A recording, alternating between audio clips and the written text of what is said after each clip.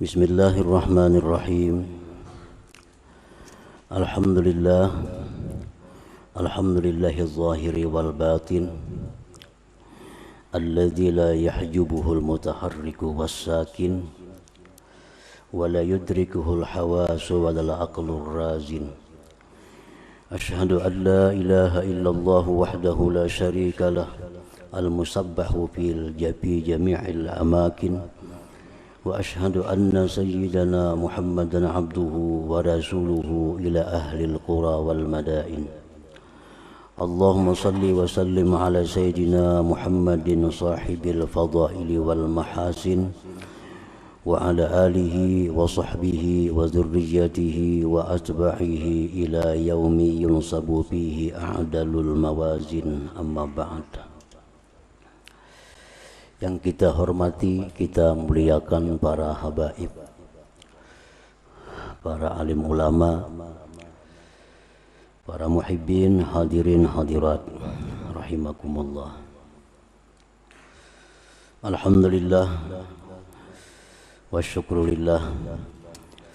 Puji syukur kita haturkan kehadirat Allah Subhanahu wa ta'ala yang dengan taufik dan hidayah serta inayahnya kita pada malam ini dapat berkumpul, bertemu di majlis yang penuh dengan berkah dan rahmat ini. Salawat dan salam keharibaan junjungan kita Nabi besar Muhammad sallallahu alaihi wasallam dan seluruh keluarga, sahabat, zurriyat dan pengikut beliau sampai hari akhir nanti.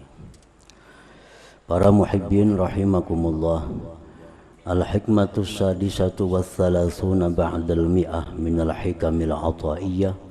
Qala al-imam Ahmad ibnu Ata'illah as-Sakandari rahimahullah wa nafa'ana bi'ulumihi wa asrari.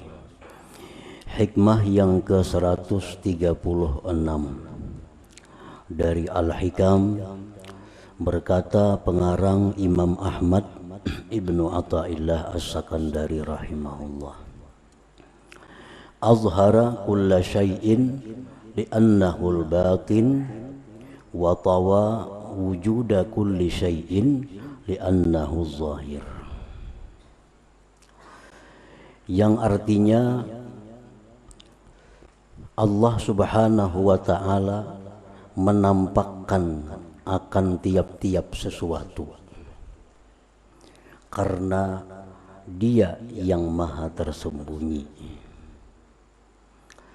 dan Allah subhanahu wa ta'ala melenyapkan adanya tiap-tiap sesuatu li'annahu zahir, karena Dialah az-zahir yang maha nampak. Itulah terjemahnya. Maksudnya inna zuhurallah wasfun thabitun lahu min janibin wa min ma'nan, wa inna butunahu wasfun thabitun lahu min janibin wa min ma'nan akhar. Famin hadzainil janibaini kana kullum minaz zahiri wal batin ismaini min asma'illahil husna. Sesungguhnya nampaknya Allah merupakan sifat yang sabit bagi Allah dari satu sisi, dari satu makna, dan bahwa tersembunyinya Allah itu satu sifat yang sabit bagi Allah dari sisi dan makna yang lain. Maka dari kedua sisi ini adalah tiap-tiap dari al-zahir dan al-batin, dua nama dari nama-nama Allah al-husna itu.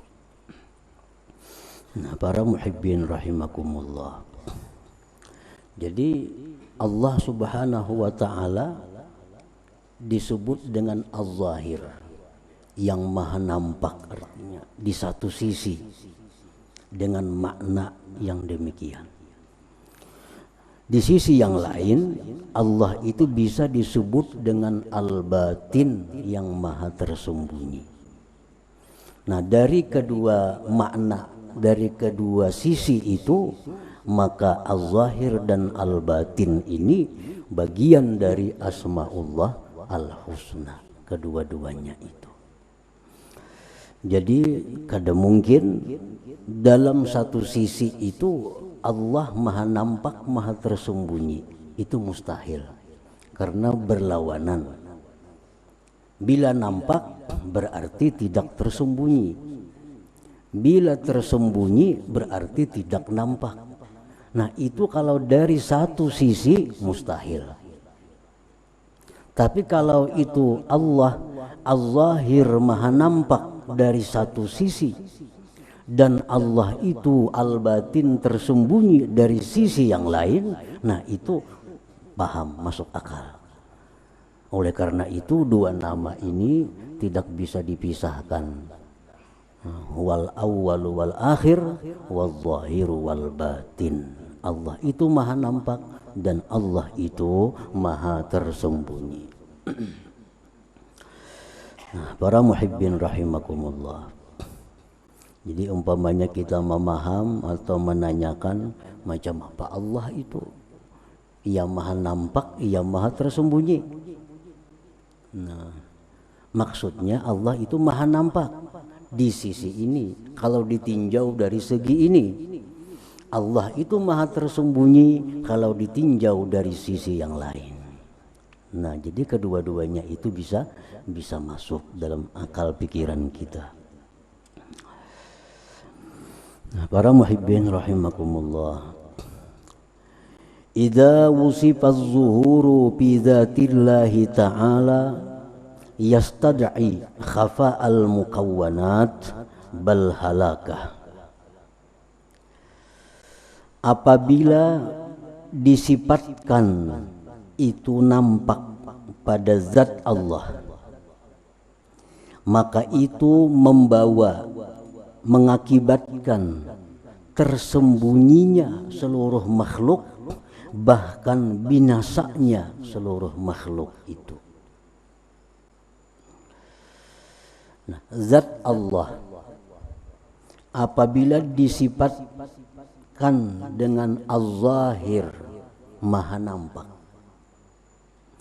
itu membawa kepada tersembunyinya seluruh makhluk ini, bahkan lenyap makhluk ini.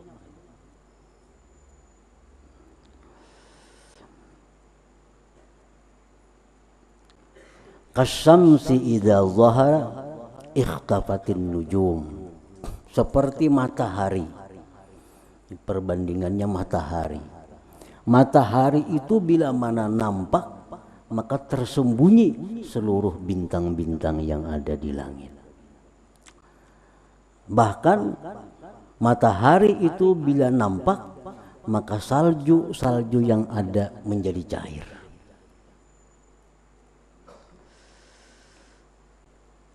Kadakkatil jabal hina tajalla lahu rabb, seperti hancurnya gunung ketika Allah itu nampak baginya. Nah, itu gunung di zaman Nabi Musa menjadi hancur karena nampaknya Allah Subhanahu wa ta'ala. Nah, pamakna ismihi zahir, maka arti nama Allah az-zahir. Zuhuru ayatihi, nampak tandanya. Ad-dallati, yang menunjukkan ala wujudihi, atas adanya Allah, wa sifatihi, dan sifat-sifat Allah, min ilmin, dari ilmu, wa iradatin, iradat, wa kudratin, kudrat, wa gairiha, dan selainnya. Nah, jadi artinya Allah itu maha nampak. Nah, apanya yang nampak? Zatnya nampak, kada mungkin. Gunung aja hancur, apalagi manusia. Sifat Allah nampak, kada mungkin. Allah maha nampak apanya? maha nampak tanda-tandanya, ayatnya yang nampak itu. Ayatnya itu menunjukkan adanya Allah, adanya sifat Allah. Nah, jadi itu pengertian nama Allah Az-Zahir. Jangan dipaham Allah itu nampak, berwujud, macam raksasa umpamanya, nah kada macam itu. Allah itu berwujud macam matahari, kada demikian. Allah itu maha nampak ayatnya, maha nampak alamatnya, yang itu membawa kepada, membuktikan kepada adanya Allah Subhanahu wa ta'ala. Nah, para muhibbin rahimakumullah. Wa idza wusifa bil butun, dan apabila Allah itu disifatkan dengan tersembunyi, Allah maha tersembunyi, yastad ikhtifa'ahu wa ihtijabahu bi ghairi, itu membawa kepada tersembunyinya Allah dan terdindingnya Allah dengan selain Allah. Allah itu maha tersembunyi. Jangan dipaham itu Allah bersembunyi di atas langit. Jangan dipaham Allah bersembunyi di balik pohon. Jangan dipaham Allah bersembunyi di balik langit. Nah, kalau disifati Allah itu dengan tersembunyi, itu membawa kepada tersembunyinya Allah, terdindingnya Allah dengan selain Allah. Bila orang itu disebut bersembunyi aja, bersembunyi di mana inya? Nah, pasti ada yang menyembunyikan. Nah, kalau Allah itu tersembunyi, maha tersembunyi, maka itu menuntut bahwa Allah itu tersembunyi, terhijab, terdinding dengan yang lain, yang baharu. Wa yastad'i, dan itu membawa annal hadis azhar minal qadim. Berarti itu yang baharu ini lebih nampak dari yang kadim. Berarti yang baharu lebih kuat dari yang kadim, karena bisa melindungi Allah. Wadzalika muhal, itu mustahil. Kakhtifa isamsi bin nujum, seperti bersembunyinya matahari dengan bintang, kan itu mustahil. Matahari lindung, matahari tersembunyi gara-gara ada bintang, kan mustahil. Nah, Allah itu tersembunyi, Allah terdinding dengan langit, nah, itu mustahil. Itu mustahil. Nah, apa makna ismihil batin? Makna nama Allah al-batin yang tersembunyi itu, butunuhu, tersembunyinya Allah, an idrakil hawas, dari diperdapati dengan panca indera. Itu artinya Allah tersembunyi. Tersembunyi apa? Tersembunyi dari diperdapati dengan panca indera.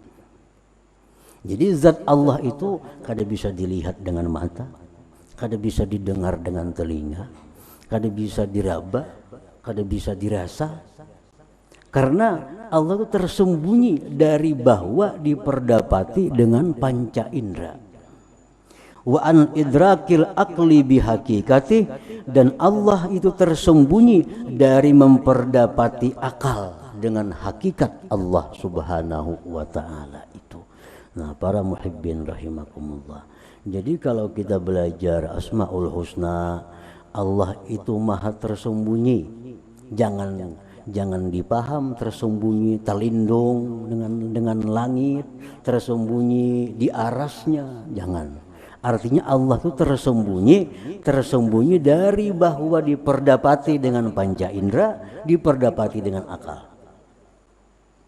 Sekuat apapun mata kita, kada akan bisa melihat Allah, karena Dia maha tersembunyi.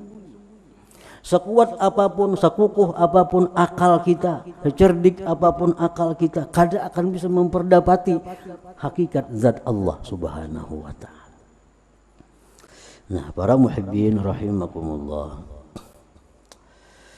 Allahu subhanahu wa ta'ala, maka Allah subhanahu wa ta'ala itu zahirun, nampak, sun'uhu, perbuatannya, wa khalquhu, makhluknya nampak, ad-dallu, yang menunjukkan ala wujudih, atas adanya Allah, wa sifatihi, atas sifatnya Allah, pasummiya, maka dinamai Allah itu az-zahir. Kenapa Allah dinamai Az-Zahir, yang maha nampak? Karena nampak ciptaannya, nampak perbuatannya, nampak segala macam yang dibikinnya. Wa huwa batinun, Allah Ta'ala itu tersembunyi, la yudraku bil hawas, tidak bisa diperdapati dengan panca indera, wa la yudraku bil aqli, dan tidak bisa diperdapati dengan akal. Bal ya'jizul aqlu, bahkan akal ini tidak mampu an idraki hakikati fi'li, dari memperdapati hakikat perbuatan Allah. Wa hukmihi, akal tidak mampu memperdapati hakikat hukum Allah. Fadlan an zatih, lebih-lebih zatnya. Nah, pasummiya, maka dinamai Allah al-batin itu. Nah, jadi kita mengerti bahwa bila disebut Allah itu maha nampak, artinya nampak ciptaannya. Bila kita dipaham disebut nama Allah itu al-batin, maha tersembunyi, artinya kada bisa diperdapati dengan panca indera atau dengan akal. Para muhibbin rahimakumullah. Jadi akal manusia, jangankan memperdapati zat Allah, memperdapati perbuatan Allah belum bisa. Memperdapati hukum-hukum yang diputuskan Allah, akal manusia kada mampu. Padlan, apalagi an zatihi subhanah, daripada zat Allah subhanahu wa ta'ala. Perbuatan Allah contohnya apa? Di Quran disebutkan yang paling rendah di mata kita. Umpamanya nyamuk. Nyamuk itu kita yakini sebagai perbuatan Allah, ciptaan Allah. Nah, Allah itu menciptakan segala sesuatu, pasti ada rahasia, pasti ada guna, pasti ada manfaat sesuatu itu. Allah berfirman, wa ma khalaqnas sama wal arda wa ma bainahuma batila. Kami tidak menciptakan langit, bumi, dan antaranya itu batila, tanpa ada guna, sia-sia. Nah, sekarang apa gunanya Allah menciptakan nyamuk? Itu rahasia Allah. Apa gunanya Allah menciptakan seekor nyamuk? Kalaupun ada yang dapat mencari rahasia, hikmahnya itu paling itu hanya satu dari sekian ribu rahasia yang ada pada nyamuk itu. Misalnya ada orang yang mengatakan bahwa itu Allah menciptakan nyamuk itu banyak gunanya. Apa gunanya? Dengan seekor nyamuk atau dengan nyamuk beberapa ribu manusia yang bisa makan. Pabrik obat nyamuk. Gara-gara nyamuk nih, gara-gara nyamuk dibikin pabrik nyamuk. Berapa buruh karyawan? Hanya nyamuk. Nah, ini mungkin bisa dimasukkan dalam golongan bahwa itu salah satu gunanya samut, gunanya nyamuk itu. Dengan nyamuk berapa meter kain yang dijual? Karena membuat sponsor anti nyamuk. Dengan nyamuk berapa mantri, berapa dokter karena orang sakit akibat nyamuk. Nah, itu hanya bagian kecil dari guna samut. Masih ada ribuan lagi guna nyamuk yang tidak bisa diperdapati oleh akal manusia. Itu contoh fi'il Allah.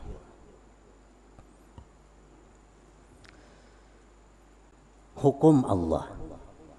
Allah mewajibkan ini, pasti ada rahasia di dalamnya.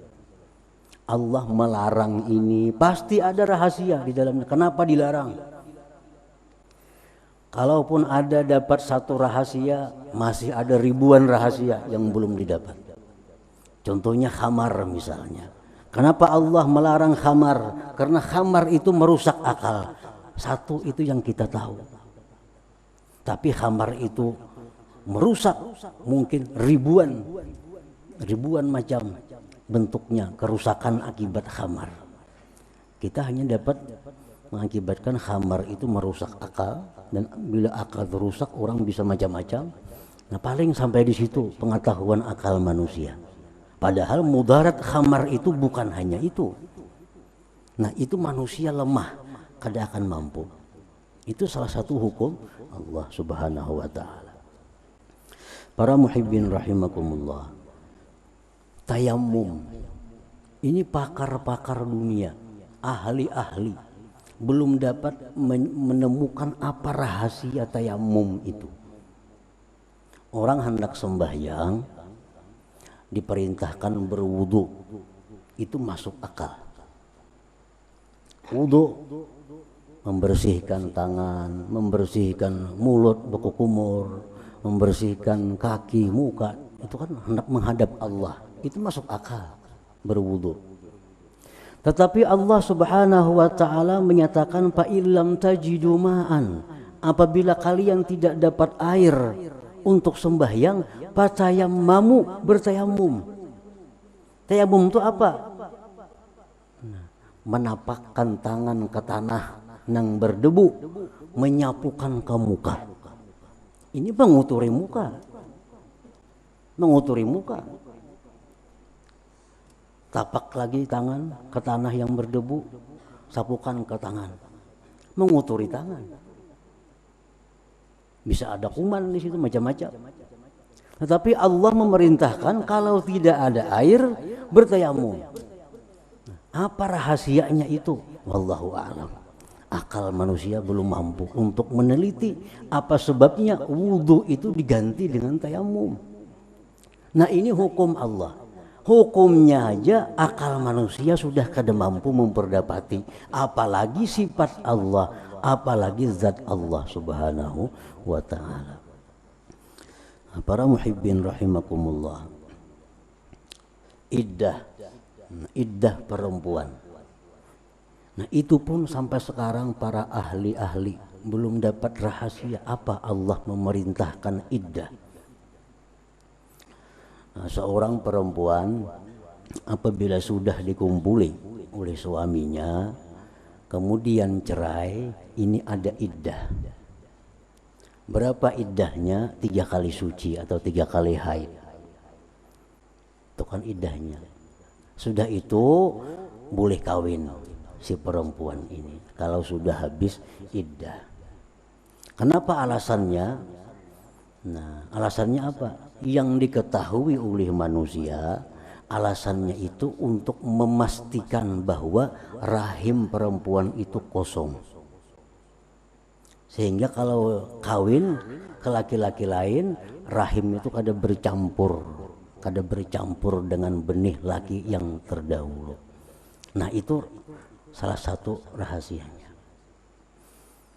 Tetapi hukum Allah mengatakan, andai kata orang pernah berkumpul dengan istrinya, kemudian si istrinya atau lakinya ini merantau, kemana kada tahu, jauh, merantau sampai 10 tahun, 20 tahun, kada berkumpul, kan jauh, kada bisa berkumpul, 10 tahun, 20 tahun, si laki bininya kada terkumpul. Kemudian dicerai oleh yang laki, dicerai. Sudah 20 tahun, 10 tahun kada berkumpul, dicerai oleh yang laki. Bolehkah laki si perempuannya langsung kawin kepada laki-laki lain? Kada boleh. Tetap iddah 3 kali suci sesudah diucapkan talak itu. Padahal rahimnya pasti kosong, 10 tahun kada dikumpuli. Nah, kenapa rahasianya demikian? Allah menghukumkan itu, wallahu a'lam. Ahli-ahli ijtihad Imam Syafi'i, Maliki, Hanafi, tahayyaru, mereka bingung. Rahasia apa di balik itu? Nah, ini hukum Allah. Hukum Allah pun akal manusia, orang yang sehebat Imam Syafi'i belum mampu. Sehebat Imam Hanafi yang disebut ahlur ra'yi, Hanafi ahlur ra'yi, orang yang ahli fikir, bingung. Kenapa demikian? Sudah pasti 10 tahun itu pasti kosong rahimnya. Begitu dicerai tetap iddah 3 bulan, hanyar boleh kawin. Nah, para muhibbin rahimakumullah. Jadi artinya bahwa Allah Subhanahu wa taala itu namanya Al-Batin, Maha tersembunyi. Artinya kada bisa diperdapati dengan panca indera, kada bisa diperdapati dengan akal. Dengan akal. Jangankan memperdapati zat Allah, akal kita memperdapati hukum Allah sudah kehabisan akal. Nah, para muhibbin rahimakumullah. Jadi itu kesimpulan daripada nama Allah Az-Zahir, bahwa Allah itu maha nampak, bukan zatnya yang nampak, bukan sifatnya yang nampak, tapi ciptaannya nampak.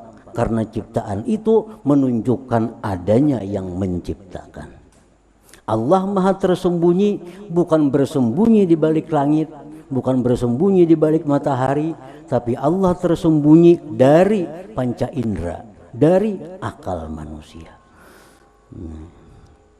Dengan demikian kita mengerti, kita paham bahwa apa nama Allah Az-Zahir itu, apa nama Allah Al-Batin itu. Nah, selanjutnya hikmah yang ke-137. Ila hadratin Nabi sallallahu alaihi wasallam al-Fatihah. A'udzu billahi minasyaitonir rajim. Bismillahirrahmanirrahim. Iyyaka nasta'in ihdinas siratal mustaqim siratal ladzina an'amta 'alaihim ghairil maghdubi 'alaihim. Ya Allah biha ya Allah biha ya Allah bi husnil khatimah.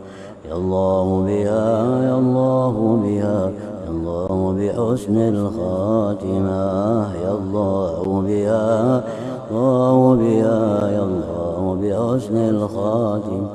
فيا أيها الرجل منه شفاعة صلوا عليه وسلموا تسليما اللهم صل وسلم وبارك عليه.